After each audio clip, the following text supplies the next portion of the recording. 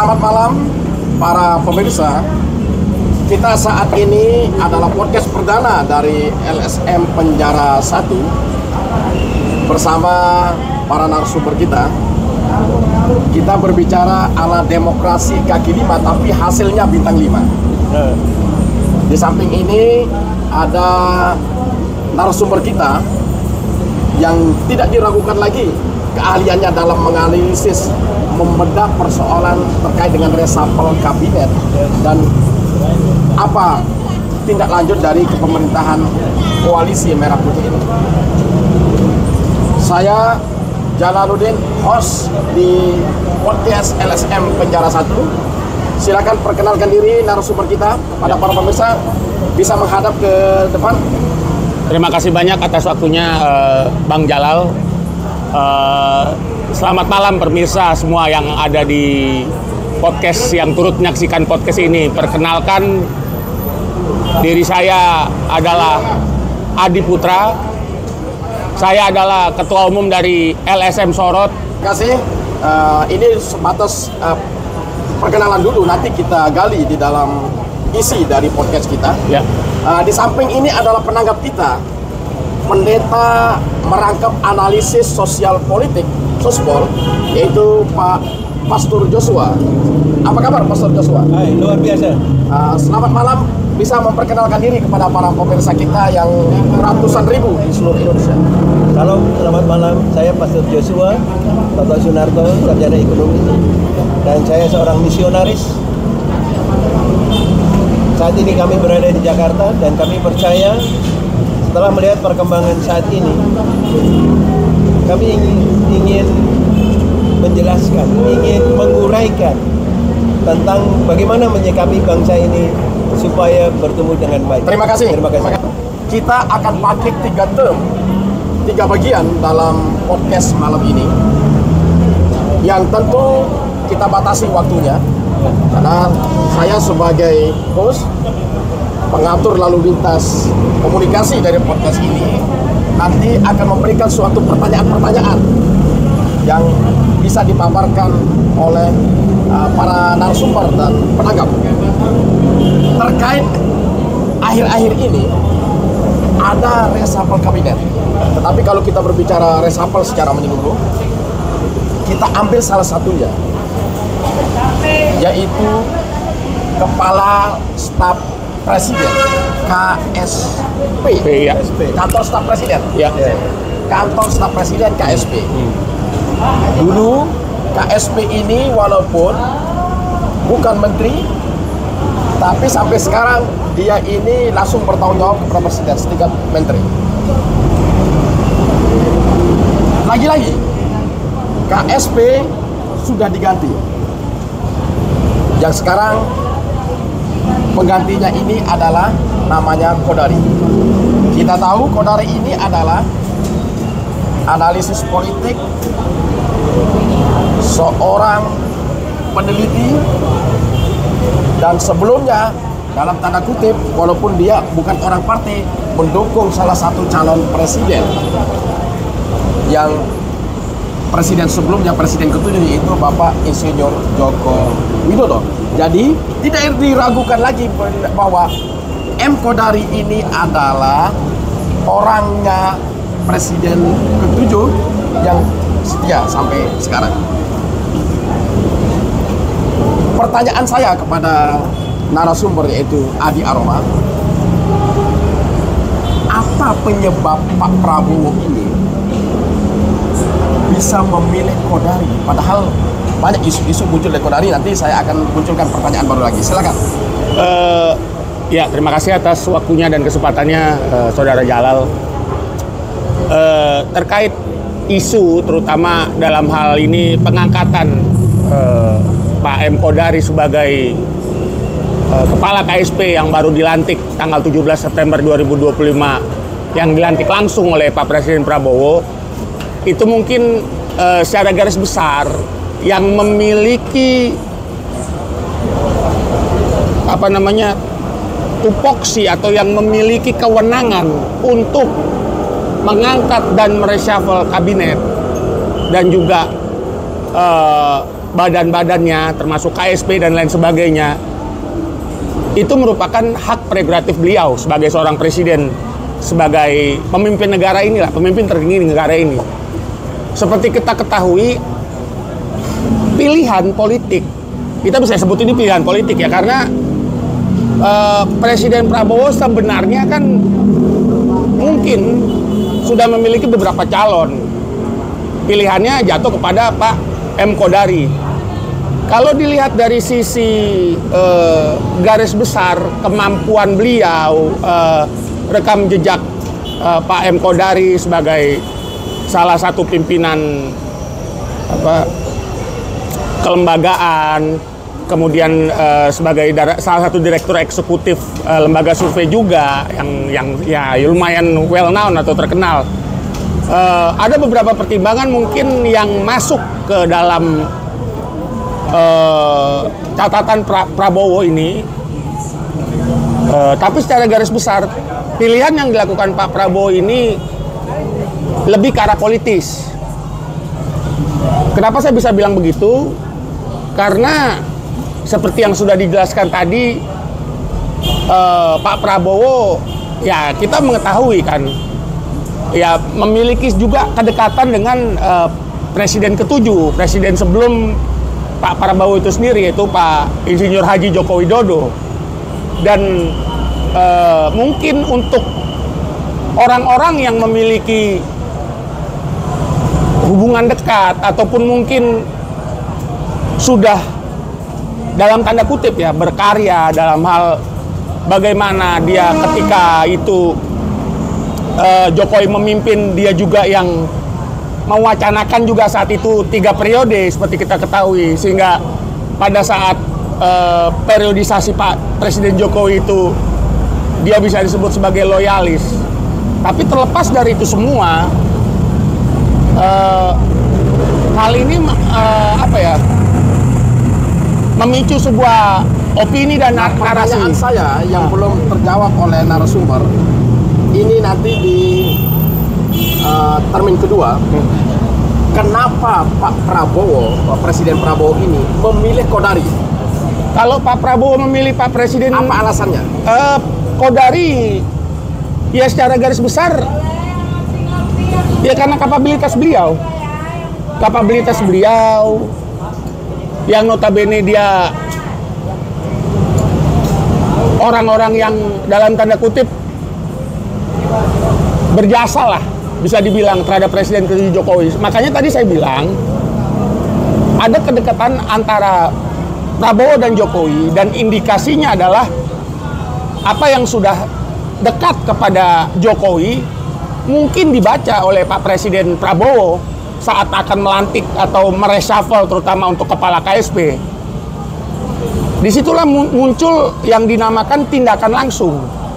Karena kan sifat dari presiden itu memiliki hak prerogatif untuk mengganti kabinet seperti menteri, badan, kepala badan, termasuk wakil-wakilnya, wakil menteri, wakil kepala badan, termasuk kepala KSP juga. Alasannya lebih ke arah itu. Tapi kalau kita melihat dari substantifnya, karena kedekatan dari Prabowo dan Jokowi yang dalam tanda kutip ya kita sudah tahu lah, banyak beredar di media massa toh, ada sebuah polarisasi nilai politik atau sesuatu yang politis dari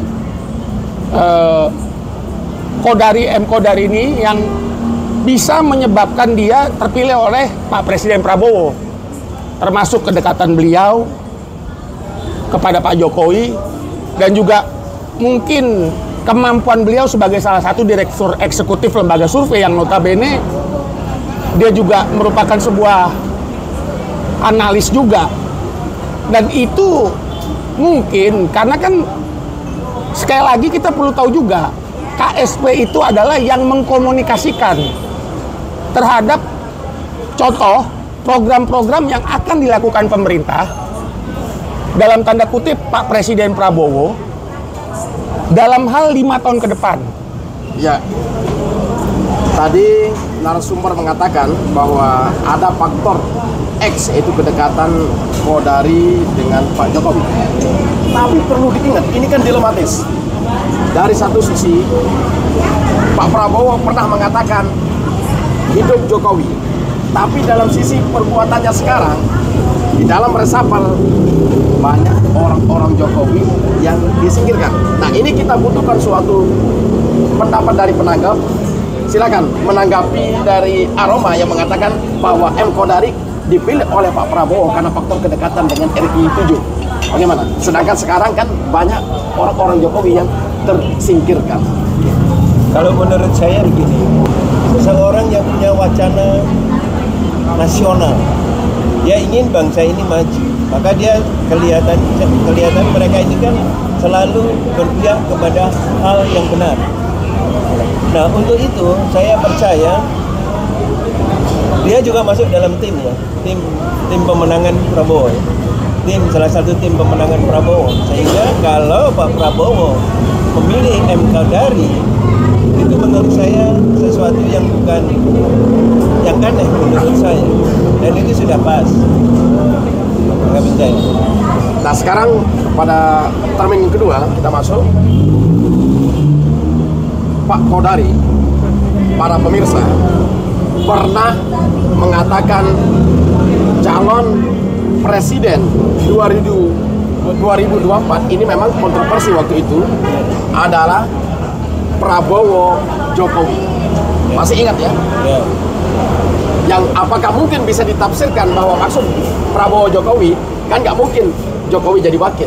Ya. Apakah ini adalah anaknya Pak Jokowi yang sekarang?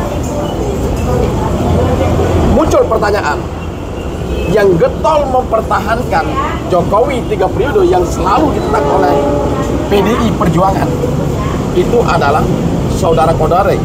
Kodari mengatakan terang-terangan bahwa Pak Jokowi bisa diatur oleh undang-undang untuk 3 periode presiden.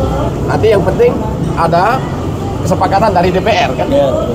Nah, ini kan bagi orang yang tidak suka dengan isu 3 periode, ini kan cacat demokrasi. Yes. Kita kembali mundur kepada otoritarian politik. Nah, bagaimana tanggapan dari narasumber? Kalau melihat dari apa yang sudah terjadi seperti yang dimaksudkan oleh Pak moderator kita yaitu Pak Jalal, ada sesuatu yang sifatnya gap atau ketimpangan karena dengan terpilihnya M. Kodari sebagai kepala KSP yang dilantik kantor staf presiden maksud saya itu menurut saya sebuah kemunduran politik yang notabene tidak sesuai dengan apa yang dinamakan demokrasi itu sendiri. Karena dalam suatu demokrasi ada yang dinamakan proses demokratisasi. Proses demokratisasi ini tidak pernah lepas dengan apa yang dinamakan konstitusi. Karena seperti kita tahu, apapun bentuk dari demokrasi pasti lajur atau landasan utamanya tetap harus berdasarkan konstitusi. Suka atau tidak suka. Terlepas dari pemilihan dari M. Kodari ini sendiri bisa memicu sebuah kontroversi menurut saya. Kenapa saya bisa bilang kontroversi? Di satu sisi seperti yang Pak moderator atau Pak Jalal bilang, ada suatu statement bahwasanya Pak Prabowo ingin ya dalam tanda kutip ya membersihkan apa yang dinamakan ya sisa-sisa lah bisa dibilang dari era RI ke-7 yaitu Pak Presiden Jokowi, ex-Presiden Jokowi. Tapi di sisi lain kalau kita lihat orang yang sudah memunculkan isu 3 periode ini itu kan dia sudah lewat dari apa yang dinamakan lajur konstitusi. Itulah muncul pertanyaan baru lagi mengenai dia mendukung 3 periode itu berarti menjadi apakah bisa menjadi batu sandungan nanti untuk Pak Prabowo? Bisa saya bilang bisa. Atau apakah Pak Kodari sudah bertobat mencabut perkataannya lagi mengenai Jokowi 3 periode? Karena yang dibutuhkan oleh Pak Prabowo sekarang ini loyalitas bukan kepada Pak Jokowi, tapi loyalitas kepada Pak Prabowo. Nah, bagaimana? Saya melihat itulah saya sebutkan adanya suatu kontroversi.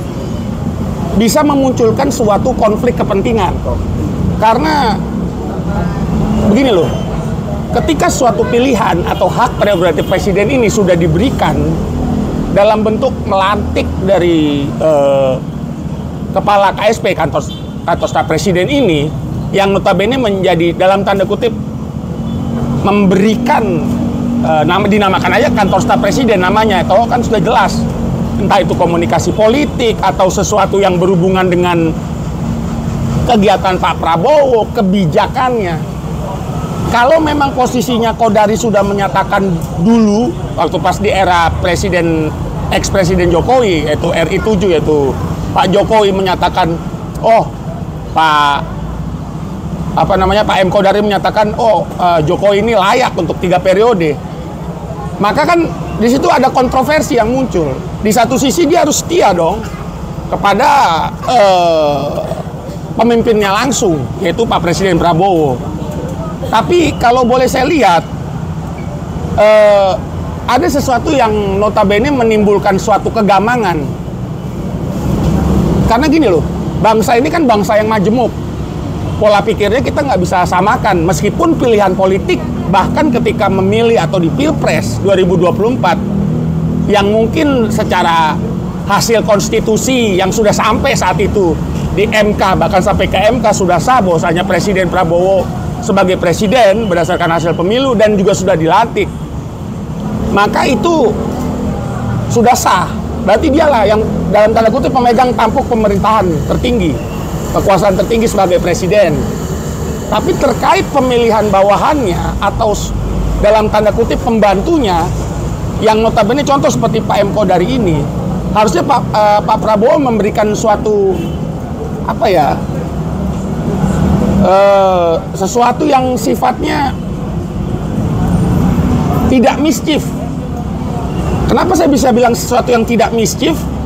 Karena sesuatu yang sifatnya kebijakan atau keputusan pada saat pemilihan seseorang tokoh siapapun dia, apalagi yang berhubungan dengan hubungan strategis. Contoh KSP yang mengkomunikasikan, itu pasti harus ada pertimbangan dari Pak Presiden Prabowo. Nah, dari sisi aktivis, terutama saya sebagai ketum LSM Sorot, melihatnya bahwa Pak Prabowo ini melakukan sedikit kesalahan. Narasinya begini, kalau memang bahasa kasarnya terkait dengan pernyataan sedikit kesalahan, nanti saya akan perdalam lagi. Tapi ini kita teringat waktu KSP sebelum Pak Kodari yang inisial Jenderal M. Pak Jokowi yang memilih Mr. Jenderal M ini, tetapi pernah membuat suatu kegaduhan. Istilahnya ini mau mengambil alih salah satu partai yang istilahnya partai yang sudah membiru. Kita tidak perlu sebut nama lengkap, tapi semua sudah pada tahu. Apakah Pak Kodari ini sudah terkunci oleh Pak Prabowo ketika Anda tadi mengkritik Pak Prabowo supaya tidak terjadi manuver-manuver seperti KSP sebelumnya yang membuat suatu gaduh di dalam kabinet merah putih itu sendiri? Nah, coba. Kalau saya melihatnya sebagai seorang aktivis ya, dari pandangan sisi kacamata pengelolaan, terutama dalam hal pengelolaan negara, presiden ini merupakan pimpinan tertinggi dan juga harus diingat beliau itu juga bukan sebuah lambang negara loh. Maksudnya kenapa saya bilang begitu? Presiden, ini kita bicara Presiden Prabowo dulu ya. Kita bicara terminologi presiden. Presiden itu Jadi izin dulu saya luruskan, karena tugas khusus meluruskan. Presiden Indonesia Ya. itu adalah simbol negara sekaligus simbol pemerintahan. simbol negara ya. Kita luruskan ya. Oke. Karena sistem presidensial kita itu seperti di Amerika. Presiden merangkap kepala pemerintahan sekaligus kepala negara. Berarti Iya, iya. simbol negara presiden juga. Iya. Tapi kita tidak memperdalam seperti itu. Ya, Kita oke, hanya oke. meluruskan. Oke, langsung. oke. Nah sekarang penanggap. Dengan muncul kegaduhan dulu dari KSP yang Mr. General M ini, yang notabene Mr. General M ini menjadi Panglima TNI dipilih oleh Presiden SBY. Tetapi yang mau diambil partainya ini adalah partai besutan dari Presiden SBY tersebut, yang lambang Mercy. Ada nggak kemungkinan ini terjadi pada Pak Kodari? Tiba-tiba kita berpikir negatif aja dulu. Dia tiba-tiba karena pro terhadap Pak Prabowo, dia mengambil alih suatu atau memotong kebijakan-kebijakan yang dititipkan oleh Pak Jokowi di istana. Karena kalau kita lihat, saya melihat ini dari sisi simbol, bajunya sudah baju gaya Prabowo. Akhirnya apa? Suatu saat nanti ini menghajar, tapi kita tidak berbicara kepastian karena belum pasti.